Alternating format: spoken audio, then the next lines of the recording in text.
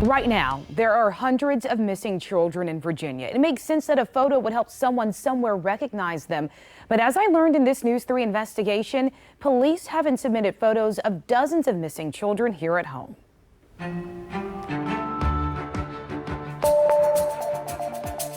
Across Virginia, nearly 500 children are missing, according to the National Center for Missing and Exploited Children's database. Police say many of them ran away from home, like 15-year-old DeAndre Rosenthal of Norfolk. Former Norfolk Police Chief Larry Boone says runaways are still in danger. Even if they chose to run away, this world being what it is, they can find themselves on the other side of a gang. Or the victims of sex trafficking. Data shows 1 in 7 runaways get lured into the evil industry, which is why the National Center for Missing and Exploited Children says getting photos from local law enforcement is key to help find kids. It is really important and helpful in order to have the image of the child so that we can share it with the community and nationwide if we need to. That's why I was shocked to see no image submitted by the investigating agency for nearly 200 missing children in Virginia. No image for 11-year-old Jacob Newman from Norfolk. No photo for 12-year-old Jemiah Ingram Clark, also reported missing from Norfolk in August of 2020 when she was 10 years old. Norfolk police tell me they have no indication they're in danger. But get this, my research revealed of the nearly 70 children reported missing from Norfolk on the database, more than any other city in our region, almost 50 have no photo submitted. That was troubling when I saw that, because how do you help find someone that you don't have an image of? I won't put it totally on the parent or the guardian. I do know there have been times where law enforcement failed to ask, and I'm speaking from a position of experience. According to federal guidance for missing child reports, each missing report should include a recent photograph of the child, if available.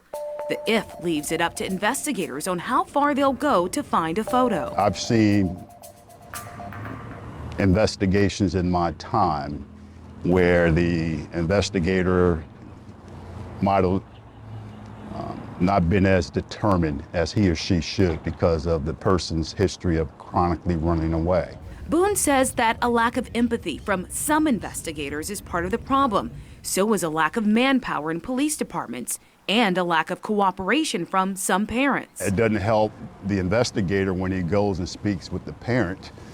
They have a very nonchalant attitude as well. Norfolk is far from alone in the missing picture problem. Look at Richmond. The National Center's database shows nearly 60 missing children there as of late September.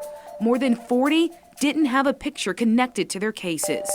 And in Newport News, of the nearly 30 missing children on the database, about a third don't have an image either. A police spokesperson there said most of them were runaways and none of them are considered in danger. Derica Wilson with the Black and Missing Foundation is frustrated. These are children. They are missing, and that is unacceptable.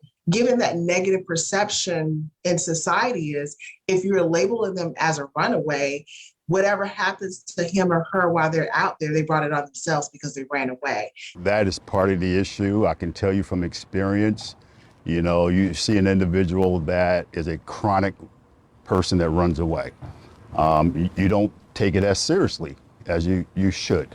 That's why DeAndre Rosenthal's parents flooded Norfolk intersections themselves with flyers to help find their son. He's still out there by himself without his parent. Regardless of whether he decided to run away or not, he's still endangered. His parents tell us Norfolk police are involved. His picture is on the National Center's database. Boone says until tougher policies, more staffing, and more empathy are in place, it's the best way for a missing child's case to get more attention. When those folks that are most vocal about an issue, they'll get the attention and they'll get the resources that they deserve.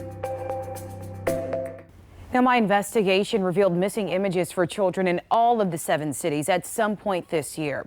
Suffolk was the only police department that responded and provided us with a photo of a missing child that wasn't previously there. And here he is. This is 14-year-old Isaac Ruiz. He has been missing from Suffolk since January.